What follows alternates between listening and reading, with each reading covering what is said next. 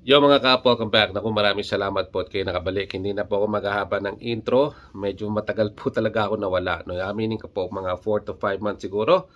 Wala po nang tayo nagawa ng mga videos patungkol sa ating pambato si Kai Soto. Nakakalungkot kasi gagawa pa ako ng video kung saan nangyari dito kay Kai Soto. So, gusto ko lang iparamdam yung suporta ko sa ating pambatong si Kai Soto. At alam ko na nakontak ko yung isa sa mga source ko sa Pilipinas and pati sila nag-aalala sa pambato natin. So sa kanyang naging injury na ACL, alam naman natin na seryoso yung injury na yan and talagang lakas ng loob at tibay ng loob ang kakailanganin ni Kai Soto para makabalik.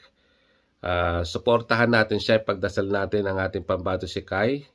Alam ko na marami sa inyo na nalulungkot sa nangyari. Kasama po talaga sa larong basketball yan. Hindi lang po naman si Kai Soto nagkaganyan. Marami ng mga superstars, mga players na dumaan sa iba't ibang injury. Pero yun talaga po sa tuhod ay napakabigat po. So, hopefully na ang pagkakaiba, no, parang si Kai Soto nakapaglakad pa, no, at andoon pa, nakapanood pa siya. So, alam natin hindi ganun kamilma yung pinaka-tear ng kanyang ACL kumpara doon sa ibang player katulad ni Derrick Rose, 'di ba? Kailangan siyang akayin, no? Ng kanyang teammate para may alis court. So may mga ganung players na hindi talaga nila kaya maglakad. So with Kai Soto, talagang dasal ang inihiling namin na natin, no, ng mga fans.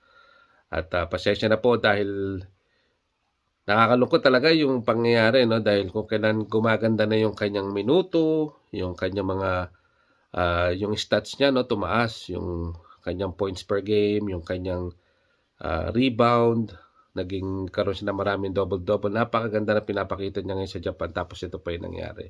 Lagi na lang tayong bitin, no, kung kailan sana may pagkakataon na si Kai Soto kahit papaano, no, matignan sa NBA.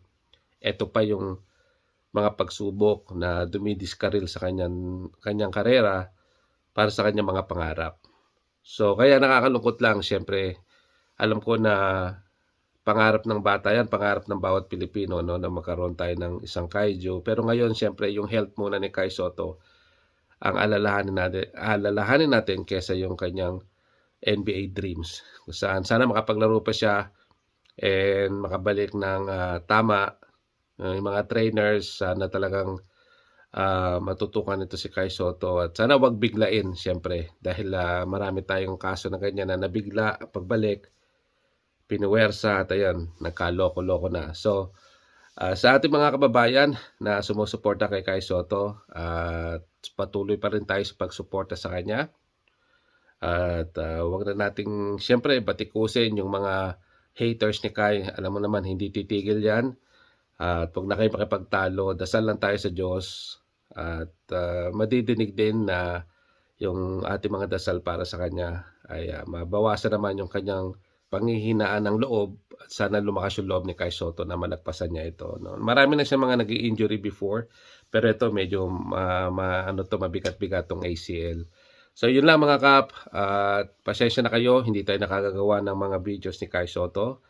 Hindi tayo katulad ng ibang mga fake news dyan o gumagawa lang ng mga kung ano-anong balita kay Kai para makakalap ng views. Hindi po tayo ganoon. Tayo po talaga ay nandito lang, nakamasid, nakasubaybay dito sa ating pambato and katulad ninyo, nagmamahal sa kanya. So ayun mga kap, maraming salamat po. Hopefully makagawa tayo ng mga content. Siyempre may mga bago tayong pinagkakabalahan. Yung ating pagko-collect siyempre ng mga uranium glass, yan ang ating pinagkakakitaan din. Yung pag-buy and sell ko sa eBay, yan din po yung ating pinagkakabalahan ngayon. So talagang busy po ako. At ito po talaga yung ating pinagkaka-kolekta ngayon, siyempre. At ito yung kung saan pinapaikot natin yung ating mga puhunan para maibili nito at maibenta rin. Yung iba naman kinokolekta ko kasi gusto ko sila. Pero yung iba siyempre binibenta natin. So yun mga kap, sana makapaggawa tayo ng video kung paano tayo kumakalap ng ating mga pambenta. Siyempre sa eBay or sa Facebook Marketplace. and para makadagdag dito sa ating kabuhayan, siyempre pantulong sa pamilya. So yun lang mga kap, maraming salamat po. Makita-kita tayo ulit sa susunod na video. Bye-bye!